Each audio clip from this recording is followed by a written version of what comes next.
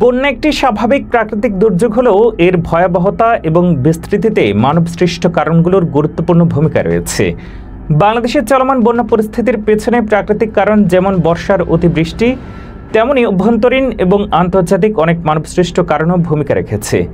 এই বন্যা পরিস্থিতি বিশ্লেষণ করে দেখা যায়, পূর্বাঞ্চলের অঞ্চলগুলোতে বন্যা স্থায়ী হতে পারে আরও 3 দিন, তবে বৃষ্টিপাত কমে আসায় পরিস্থিতির উন্নতি ঘটতে পারে। দেশের দক্ষিণ পূর্বাঞ্চলে ভারী বৃষ্টিপাত অব্যাহত থাকবে, বিশেষ করে রাঙ্গামাটি, চট্টগ্রাম ও কক্সবাজার অঞ্চলে।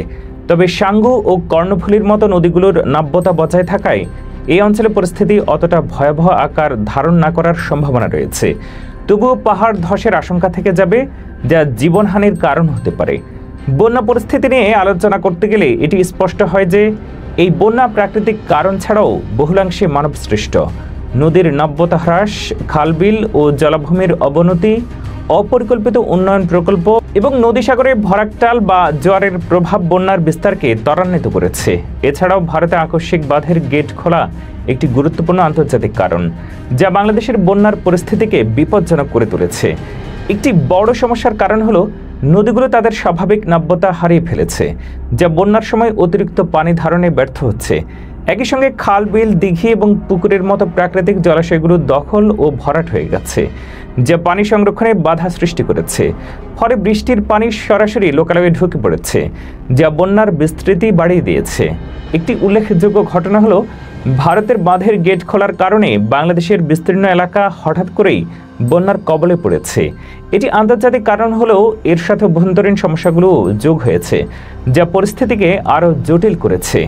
নদীর স্বাভাবিক পানি প্রবাহ বাধাগ্রস্ত হওয়া, অপরিকল্পিত উন্নয়ন প্রকল্প ও প্রাকৃতিক জলাশয়ের অবনতি সব মিলিয়ে বন্যার প্রকোপ বাড়িয়েছে। এবারের বন্যা পরিস্থিতি আরও ভয়াবহ হওয়ার পেছনে একটি প্রধান কারণ হলো জলবায়ু পরিবর্তনের প্রভাব। বৃষ্টি হলে তা অতীতের রেকর্ড ভেঙে নতুন মাত্রা অর্জন করছে, যা বন্যার আকার ও বিস্তারকে আরও ভয়াবহ করে তুলছে। বর্তমান সরকারের উচিত এই ধরনের পরিস্থিতি থেকে উত্তরণের জন্য স্থায়ী পদক্ষেপ গ্রহণ করা, যাতে ভবিষ্যতে বাংলাদেশ আর এমন মানবসৃষ্ট বন্যার সম্মুখীন না হয়। এটি একটি গুরুত্বপূর্ণ সময়, যেখানে দেশের সকল সংস্থা, বিশেষজ্ঞ এবং জনগণকে সম্মিলিতভাবে কাজ করতে হবে। সরকার যদি দেশের জনগণের স্বার্থ রক্ষা করতে চায়, তবে এই বিষয়ে আন্তর্জাতিক পদক্ষেপ নিতে হবে। বিশেষ করে প্রতিবেশী দেশগুলোর সঙ্গে সমঝোতায় পৌঁছাতে হবে। দেশের অভ্যন্তরীণ উন্নয়ন প্রকল্পগুলো জলবায়ু পরিবর্তনের পরিবর্তিত পরিস্থিতিকে মাথায় রেখে বাস্তবায়ন করতে হবে। তাহলে আমরা এমন ভয়াবহ বন্যা পরিস্থিতি থেকে মুক্তি পাব এবং ভবিষ্যতে আরও নিরাপদ থাকব।